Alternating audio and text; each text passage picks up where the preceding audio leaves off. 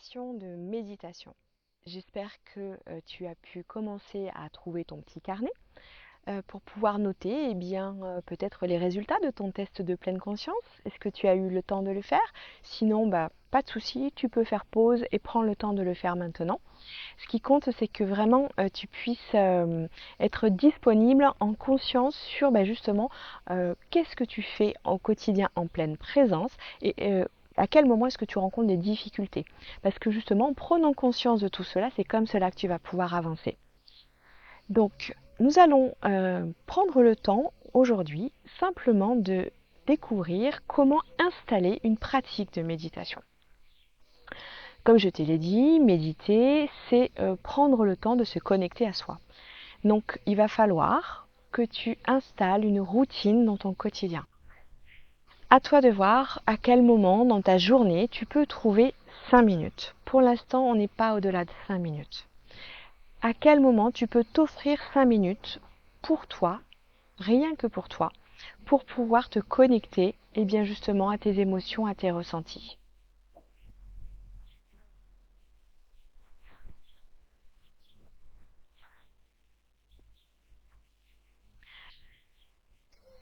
Dans l'idéal, il est plutôt conseillé de méditer le matin.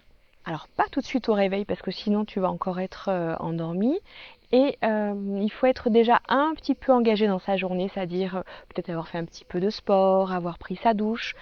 Pas le déjeuner, parce qu'à partir du moment où on a déjeuné, on commence déjà à être dans la digestion et on attaque sa journée avec des actions concrètes. Donc, s'il y a une fenêtre idéale, c'est après le lever, après quelques étirements, peut-être du yoga, je ne sais quoi, des exercices que tu as envie de faire. La douche et ensuite la fenêtre de la méditation est idéale. Après, chacun fait comme il peut. C'est important, c'est qu'il n'y a pas de règles en tant que telles. C'est vrai que le soir, c'est plutôt déconseillé parce que tu vas avoir la rumination de toute ta journée. Là, tu arrives, tu es frais, tu viens de te lever. Et puis la fatigue aussi qui risque d'être un frein à ta pratique de méditation. Les freins, on en parlera lors d'une autre session quand on parlera des obstacles. Donc il faut que tu trouves le moment idéal pour toi. Est-ce que c'est entre midi et deux? Est-ce que tu as une pause le matin, une pause l'après-midi? Est-ce que c'est plus facile pour toi, j'en sais rien, moi, vers 18h, parce que c'est le moment où tu as terminé certaines activités? Prends le temps de noter dans ton carnet à quel moment tu vas t'engager à méditer. C'est vraiment un engagement avec toi-même. Moi, je ne vais pas aller vérifier si tu as médité ou pas. C'est vraiment toi qui t'engages avec toi-même. Donc après, tu peux trouver des façons de te le rappeler. Le téléphone, c'est vrai que c'est quand même pratique. On peut mettre des rappels dessus. Tu peux mettre un post-it dans la salle de bain sur le miroir. Voilà, trouver toutes sortes de rappels pour que ça devienne une routine. Souvent, je fais un petit peu le parallèle avec l'hygiène. C'est vrai que je pense que c'est rare que le matin, tu partes de chez toi en ne t'étant pas brossé les dents. Après, il y a des personnes qui le font pas, mais ça reste quand même assez rare, hein. Souvent, on se dit pas, ce matin, j'ai pas le temps, je vais pas me laver les dents. En général, on va plutôt grignoter sur du temps passé à scroller sur le téléphone, mais on va quand même aller se brosser les dents avant de partir. Eh bien, je t'invite que la méditation puisse prendre la même place dans ta vie. C'est-à-dire que tu ne commences pas ta journée tant que tu ne t'es pas offert ces 5 minutes de méditation. Tu vas voir que plus tu vas le faire et le besoin va s'en ressentir parce que tu vas te rendre compte que tu ne vas pas aborder ta journée de la même façon. Puisque tu vas l'aborder de manière plus sereine, plus calme, plus détendue, tu vas pouvoir l'affronter si tu dois affronter quelque chose avec les bons outils pour pouvoir vivre les choses les plus simplement possible et agréablement possible. Donc, à quel moment tu vas installer ta routine de méditation? Ensuite, dans quel endroit? Alors, il n'y a pas besoin d'avoir une pièce dédiée à la méditation avec des bouddhas partout, de l'encens ou je ne sais quoi. Surtout qu'en plus, l'encens, les huiles essentielles, c'est plutôt déconseillé quand on médite parce que comme on fait des exercices de respiration, on peut plutôt avoir tendance à avoir des problèmes respiratoires. Donc vraiment, réfléchis si l'encens est bon pour toi, fais-en l'expérience, mais en général, moi je le déconseille plutôt pendant la pratique. On peut peut-être l'allumer à la fin ou tout au début, mais l'éteindre en tout cas pendant la pratique. Ça, c'est toi qui le vois. Donc trouver un lieu en fait où tu es en sécurité. C'est vrai que dans la philosophie tibétaine, on parle de sécurité parce que ce sont des pays où effectivement il y a plus de risques de se retrouver en danger. Soit il y a la guerre, soit il peut y avoir des intempéries, des animaux dangereux qui rentrent dans la maison, etc. Nous, on est quand même plutôt privilégiés et ce ne sont pas ces éléments de danger qui nous empêchent de méditer. Nous, c'est plutôt nos dangers intérieurs ou extérieurs, mais c'est plutôt nos membres de la famille, nos animaux.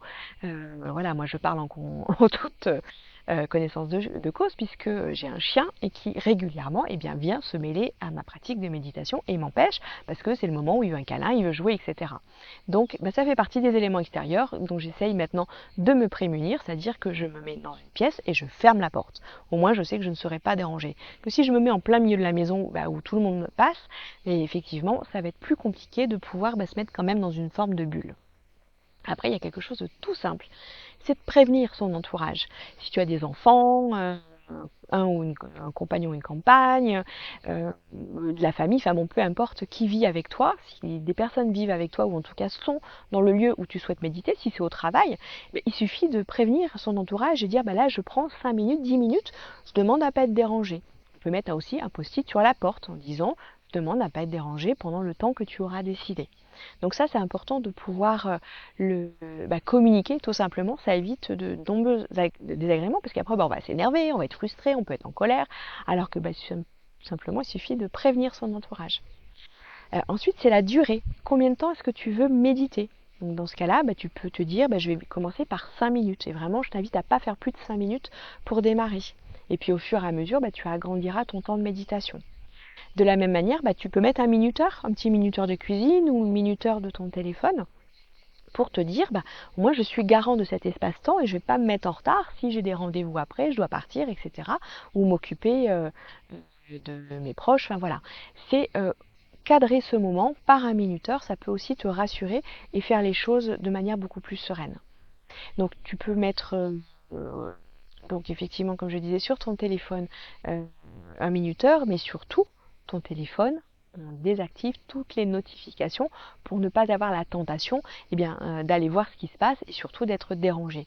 Donc, à toi de créer ce climat, de trouver à quel moment dans ta journée tu vas vouloir et pouvoir méditer, dans quel endroit, est-ce que c'est dans ta chambre, est-ce que dans un bureau, si c'est dans le salon, est-ce que c'est possible sans être dérangé, ça peut être dans la salle de bain, on peut trouver le lieu, dans la voiture, on peut trouver des lieux où on peut méditer, ne pas se mettre le frein en disant mais moi j'ai pas ma salle de méditation, il n'y a pas grand monde qui peut s'offrir le luxe d'avoir une salle de méditation, si c'est possible c'est très bien, mais sinon c'est pas grave, il suffit juste de pouvoir s'asseoir dans un endroit confortable, surtout adapté, parce qu'il va falloir que tu trouves ta posture. Est-ce que tu vas méditer sur un zafou? Est-ce que tu vas méditer sur un coussin en demi-lune? Est-ce que tu vas méditer sur un banc? Est-ce que tu vas méditer sur une chaise, sur un canapé? Voilà, il faut que tu réfléchisses sur quelle assise tu vas t'installer pour méditer. Ça, c'est vraiment très important parce que ça va aussi conditionner ta posture. Donc, on va parler de la posture de la méditation. Donc, je récapitule avant. On trouve le lieu où on va méditer, à quel moment de la journée, combien de temps et sur quelle assise tu vas t'installer. Et une fois que tu as trouvé tout ça, on s'assoit. C'est pas plus compliqué que ça. Alors on va pas essayer la position du lotus ou je ne sais quoi, on s'assoit simplement. Pour commencer, on s'assoit et on écoute ce qui se passe autour de nous. On commence par ça la méditation. Je m'assois, j'écoute et je ressens. Je ressens mon postérieur qui est installé. Moi, je suis sur un petit zafou. Je vais même te le montrer parce que celui-là, je l'aime beaucoup. Voilà, qui est rectangulaire et c'est quand même très pratique. Donc, on s'assoit plutôt à l'avant du coussin pour avoir le bassin un petit peu rétroversé puisque ça permet justement de pouvoir éviter des problèmes de dos. Parce que souvent, on a mal au dos, on a du mal à s'installer. Moi, quand j'ai fait ma première formation de méditation, on est resté 5 jours de 8h à 19h non-stop assis sur un coussin. Je me suis jamais de ma vie, je vais tenir plus d'un quart d'heure. Et j'ai tenu les 5 jours que j'ai renouvelés à plusieurs reprises. Donc oui, on peut, c'est un entraînement. Comme tout, la méditation est un entraînement, la posture est un entraînement. Et je n'ai aucun doute là-dessus, tu vas pouvoir t'installer. Donc une fois qu'on est installé sur le coussin, on peut fermer les yeux ou regarder le long de la racine de son nez en fait. Pas regarder son entourage comme ça, mais vraiment avoir le regard neutre. Hein, comme le visage de Bouddha qui a le regard neutre et qui regarde loin devant soi. Alors c'est vrai que c'est un risque d'avoir des choses qui viennent nous perturber au niveau visuel, mais fermer les yeux, c'est aussi le risque que ce soit notre intérieur qui vienne nous perturber. Donc fais l'essai, soit les yeux fermés, soit les yeux juste ouverts. Ce qui est important, c'est d'avoir le dos bien droit pour pouvoir laisser passer en fait toute notre énergie et notre souffle, parce qu'on va beaucoup utiliser le souffle tout au long de la méditation. D'avoir les épaules ni trop tendues ni trop relâchées, le juste milieu. Je me tiens droite et j'ai les épaules qui sont à leur juste niveau. Ensuite, donc les yeux, on en a parlé. La tête bien droite et le menton un petit peu rentré en avant. Pareil, pour pas que ça tire au niveau du haut de la colonne vertébrale. Les mains, on va les poser dans le mudra méditatif. Main droite sur main gauche. Les deux pouces reliés. Donc les deux pouces, ils sont pas comme ça, ils sont pas relâchés. C'est pareil, on trouve le juste milieu pour ne pas créer de tension inutile dans notre corps, ni trop de relâchement. C'est tout notre quotidien. On est soit trop tendu, soit trop relâché. On en reparlera aussi dans les obstacles de la méditation. Main droite sur main gauche, les deux pouces reliés. La langue va être logée à la racine des dents. La bouche peut être un petit peu entrouverte, peu importe. Mais le fait de mettre la langue à la racine des dents, ça va permettre de pouvoir respirer par le nez tout au long de la méditation et éviter d'assécher la bouche et de pouvoir déglutir au besoin et d'être de manière confortable. Les genoux sont installés comme tu le souhaites. Si tu es assis sur une chaise ou sur un canapé, on ne s'adosse pas pour éviter le relâchement et des problèmes de dos. Et surtout, on met les pieds bien à plat au sol. Ça, c'est indispensable d'être ancré dans le sol. Ça va aussi éviter des problèmes dans les genoux, dans les hanches, et ça permet d'être vraiment connecté à toi pendant cette méditation. Donc, on va prendre le temps, là, juste quelques instants, de s'installer dans cette posture. On va prendre le temps d'écouter tous les éléments extérieurs qui nous arrivent, sans les juger. Je prends conscience, j'ouvre grandes mes oreilles. J'entends tous les bruits qui sont autour de moi. Alors aujourd'hui, j'ai la chance d'avoir les cigales, d'avoir des tourterelles. Un avion passe au loin. J'entends des voix d'enfants au loin. Peu importe ce qu'il se passe autour de moi, un chien qui aboie. Il n'y a rien de bien, rien de mal. C'est comme ça. On accueille tous les bruits qui nous entourent, qui font la vie. Et on reste connecté à tous ces bruits, puisque nous faisons qu'un avec tout notre univers. J'accueille toutes les sensations, mes sensations intérieures. Je ressens mon assise sur ce coussin, mes pieds qui touchent le coussin et également mes jambes. Je ressens le tissu de mes vêtements sur mon corps.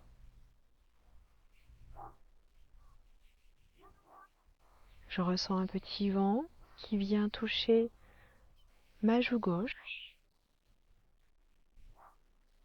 un petit peu le rayon de soleil. Ressens les éléments autour de toi si tu es à l'extérieur ou à l'intérieur d'une pièce, peu importe.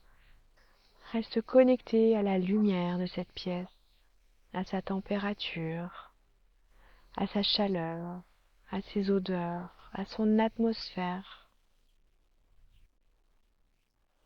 Tous tes sens sont en éveil. Tu entends ce qui se passe autour de toi, tu ressens à l'extérieur de toi, mais aussi à l'intérieur de toi. Qu'il y a des zones de tension,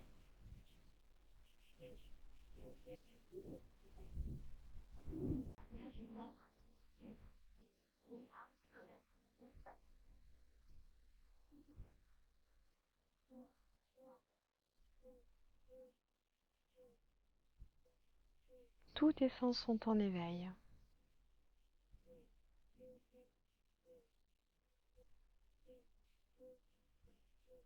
Tout ce que tu entends,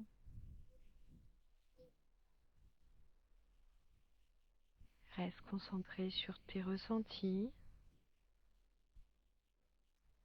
connecté à ton environnement, l'atmosphère de ta pièce, ses odeurs, ses couleurs, sa température, son atmosphère.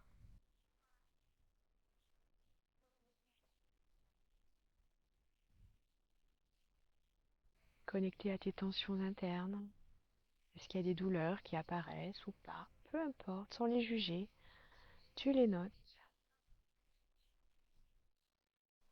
tu en prends conscience,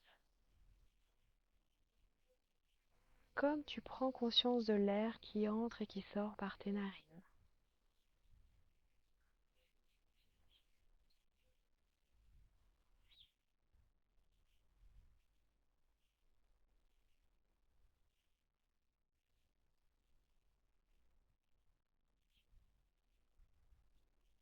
Prends conscience des mouvements de ton corps, tu écoutes, tu ressens et tu ouvres ton cœur.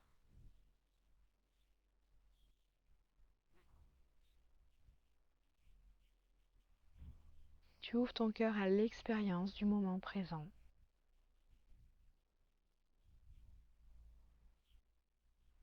Installé dans cette posture, dans cette pièce, dans cet endroit où tu te trouves aujourd'hui, peu importe. Consciente de cette expérience, sans rien en attendre, juste la vivre, la ressentir,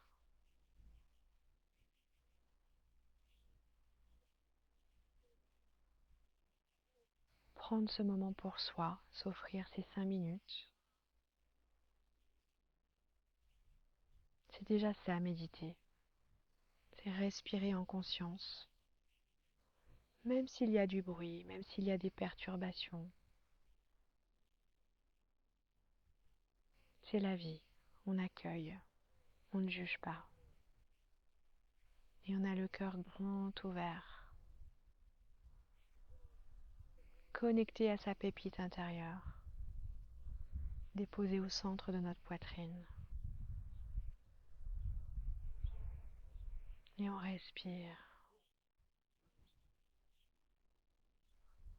sans rien chercher à contrôler. On laisse passer chaque inspiration et chaque expiration comme elle doit être. On se pose dans notre souffle. On ne cherche rien, on n'attend rien. On est là, juste présent.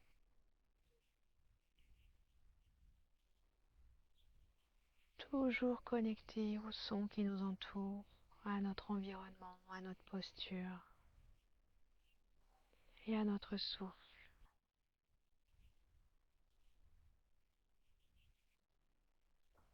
Et tranquillement on peut réouvrir les yeux. Savourer comment on se sent là maintenant.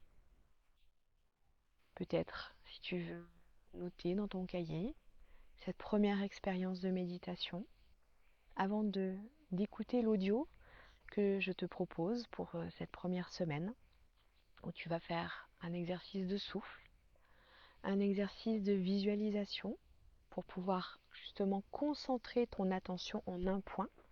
Donc je t'invite à visualiser, à mettre devant toi au niveau de ton troisième œil l'objet de cette méditation que nous ferons donc à chaque séance.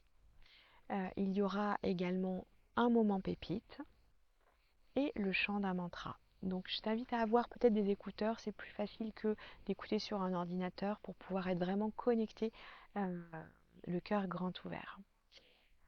Pour la prochaine semaine, je t'invite à faire la méditation au moins une fois que je te propose dans l'audio de la séance 1, mais à renouveler ensuite tout seul, en essayant de te souvenir qu'est-ce que c'était cet exercice de souffle, quel était l'exercice de visualisation, quelle était la pépite et quel était le mantra. Le mantra, on peut s'en passer, c'est pas grave, tu peux le faire à un autre moment, mais vraiment, souffle, visualisation, pépite. Moi, je le propose sur cet audio, mais ensuite, toi, de manière indépendante, je t'invite vraiment à aller le tester tous les jours pendant 5 minutes. À décider à quel moment tu vas méditer, dans quel espace, combien de temps, à noter tout cela dans ton petit carnet. Et il va y avoir un petit quiz que tu vas pouvoir faire pour t'amuser autour de la méditation. Je t'invite à faire aussi cet exercice qui s'appelle la sphère des objectifs. C'est-à-dire que tu vas reprendre point par point sur ton quotidien toutes ces affirmations et noter de 1 à 10 si tu es d'accord avec cette affirmation ou si tu n'es pas d'accord. 0, c'est que vraiment tu n'es pas connecté à cette affirmation. Et 10, c'est que tu es connecté et tu notes, tu marques le chiffre et tu notes ton résultat pour ensuite te rendre compte bien, là où il est important que tu travailles pour te fixer des objectifs. Donc ça, tu pourras le noter dans ton cahier. Et l'exercice de pleine conscience cette semaine, c'est de prendre une douche en conscience. Alors là, tu vas me dire, mais qu'est-ce que c'est que cette histoire? Je suis toujours en conscience sous ma douche. Eh bien moi, j'en doute un peu. Souvent, je pose cette question, avec qui étais-tu ce matin sous la douche? Parce que souvent, eh bien, on est avec sa famille sous la douche, on est avec ses collègues sous la douche, parce qu'on est déjà en train de penser à notre journée, on est en train de la projeter. Au contraire, on est en train de ruminer notre passé, ruminer ce qu'on n'a pas fait la veille et ce qu'on va devoir faire le jour même.